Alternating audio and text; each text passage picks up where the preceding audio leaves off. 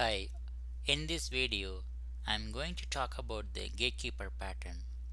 This is one of the cloud descent pattern and it says safeguarding application and services by using a dedicated host instance that act as a broker between clients and the application and services. It validates the request and sanitizes it and also passes a request and data between client and applications or services. So it adds extra level security to our systems. So in a normal cloud environment, we have a client. The client access to services, access to the services directly, and services is responsible for doing some validations on the request and sends the response to the client. So this is a normal cloud applications environment. So I assume that cloud client and services or applications are deployed on a same hosting environment. In such a case, if a malicious user gains access to the client code, then he can also access to the services as well.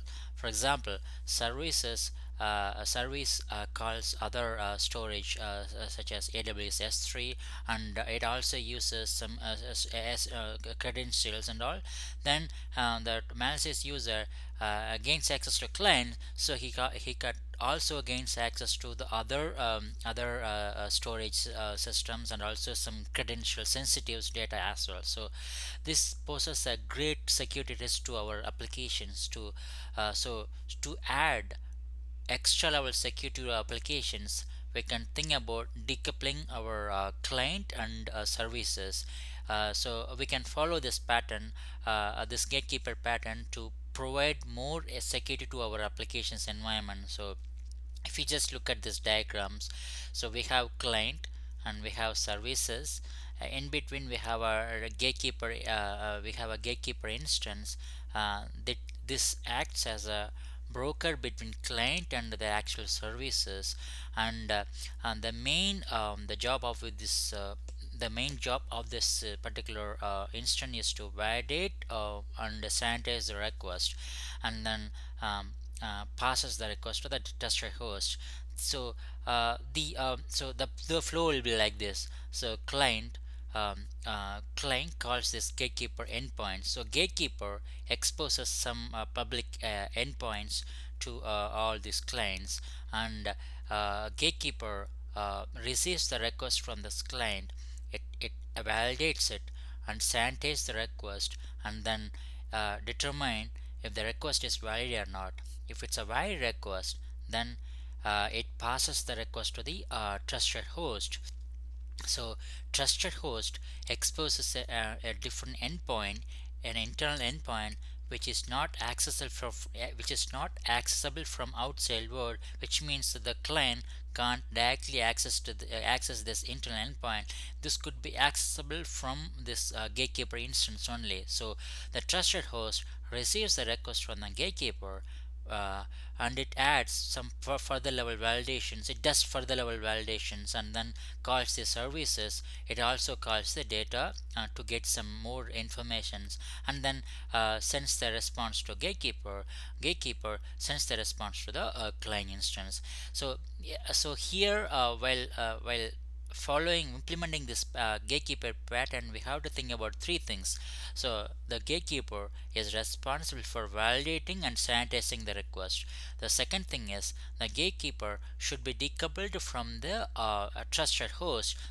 Which means the gatekeeper should be in a different host and trusted host should be in a different host. So if a malicious user gains access to the gatekeeper host, he is not going to access to the trusted host, because this lives in a different environment, so different host. So he is not going to access to this trusted host anymore. So the third thing is, uh, uh, gatekeeper should have one should not have access to the data and other security related stuffs. So which means gatekeeper has to run in only list privilege mode.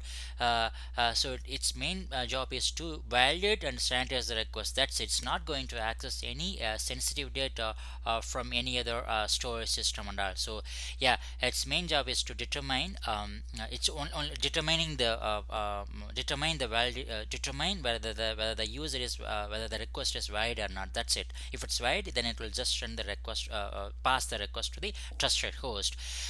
This is one of the good descent patterns in terms of security wise. And when do we use this pattern? So if we have a highly sensitive applications, and we don't want to expose this service endpoint to outside world, means then we can have this gatekeeper that acts as a broker between the client and the actual services. We can think about using this pattern. The second thing is we want to have like a common validations, or we want to offload some kind of common validation to some other instance, means then we can follow these patterns. For example, we have a user service, and we have a account service, and we have a different service, and so all these services wants to do some kind of validation, some common validation. So what we can do is we can have a client calls this gatekeeper. This gatekeeper does the proper does the this common validations, and then if the request is valid, then it will call the appropriate service.